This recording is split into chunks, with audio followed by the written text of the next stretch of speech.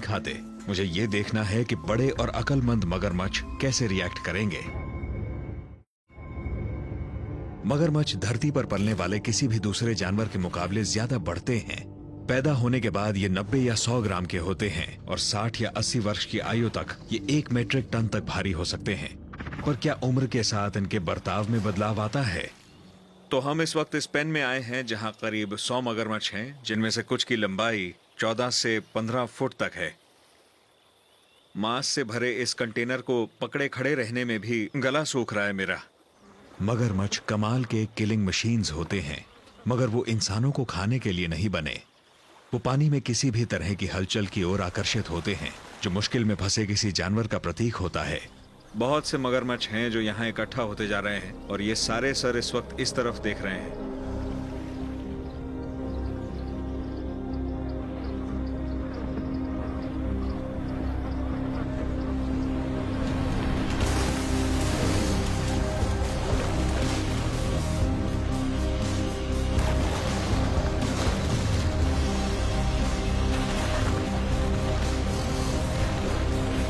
मगरमच्छों के इस रिएक्शन को देखिए। उन्हें मुझसे ज्यादा मैं क्या फेंक रहा हूं उसमें दिलचस्पी है।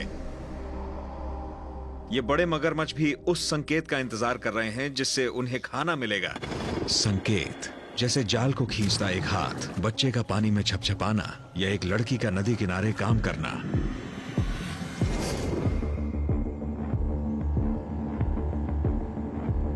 मैंने मगरमच्छ के बर्ताव के बारे में काफी कुछ जान लिया है। अब मैं नदी के पास उस आदमी से मिलने जा रहा हूं जिसके पास एक कहानी है। इनका नाम है जोसेफ। इन्होंने इस नदी पर अपनी पूरी जिंदगी बिताई है, वो जिंदगी जो अचानक एक दिन बदल गई 10 साल पहले। ये मछली पकड़ने गए थे। पानी काफी गहरा था, इतना गहरा कि ये उसमें खड़े नहीं हो पा रहे थे। ये कहते हैं मगरमच्छ जैसे किसी जानवर ने इनकी बोट के नीचे मारा और ये पानी में गिर गए। फिर एक बहुत ही ताकतवर जानवर इनके पैर को खींचने लगा, पर इन्होंने किसी तरह बोट के कोने को पकड़ लिया था। इनका दोस्त बोट में था, मछली पकड़ रहा था। उसने आकर इनके हाथ को खींचा और किसी वजह से मगरमच्छ ने इन्हें छोड़ दिया और इनके दोस्त ने इन्हें वापस बोट में खींच लिया। तो जब ये पानी में थे तो मगरमच्छ ने इनके सर पर भी वार किया था और इनकी छाती पर भी कुछ निशान है। आप देख सकते हैं यहाँ पर एक बहुत ही गहरे घाव का निशान है। इस घाव की गहराई हड्डी तक तो जरूर होगी। इनके पैर पूरी तरह से टूट गए थे। डॉक्टर तक पहुंचने में इन्हें कुछ दिन लग गए और इनके दोनों पैरों को काटना पड़ गया था। तो अब तो मछली नहीं पकड़ते होंगे आप? पकड़ता हूँ ना। पकड़ते हैं? हाँ। रोज पकड़ते हैं? हर दिन। कमाल है, ये अब भी मछली पकड़ते हैं। इतना होने के बाद भी ये वो सारे काम करते हैं जो यहाँ के मछुआरे करते हैं। सख्त जान है।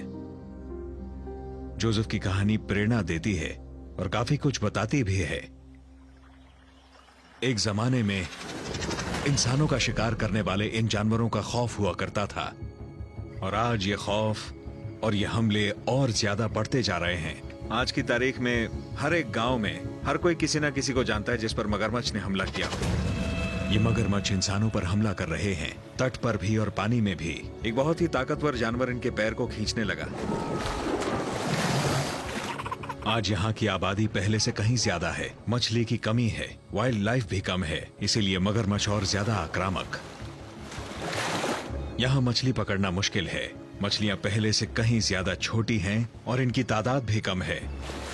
मगरमच्छ आक्रामकता से खाने का स्रोत ढूंढते हैं, मगर इन्हें लगता है कि बोट को बचाने से मगरमच्छ डर कर भाग जाएगा। मुझे लगता है इसका असर उल्टा पड़ रहा है।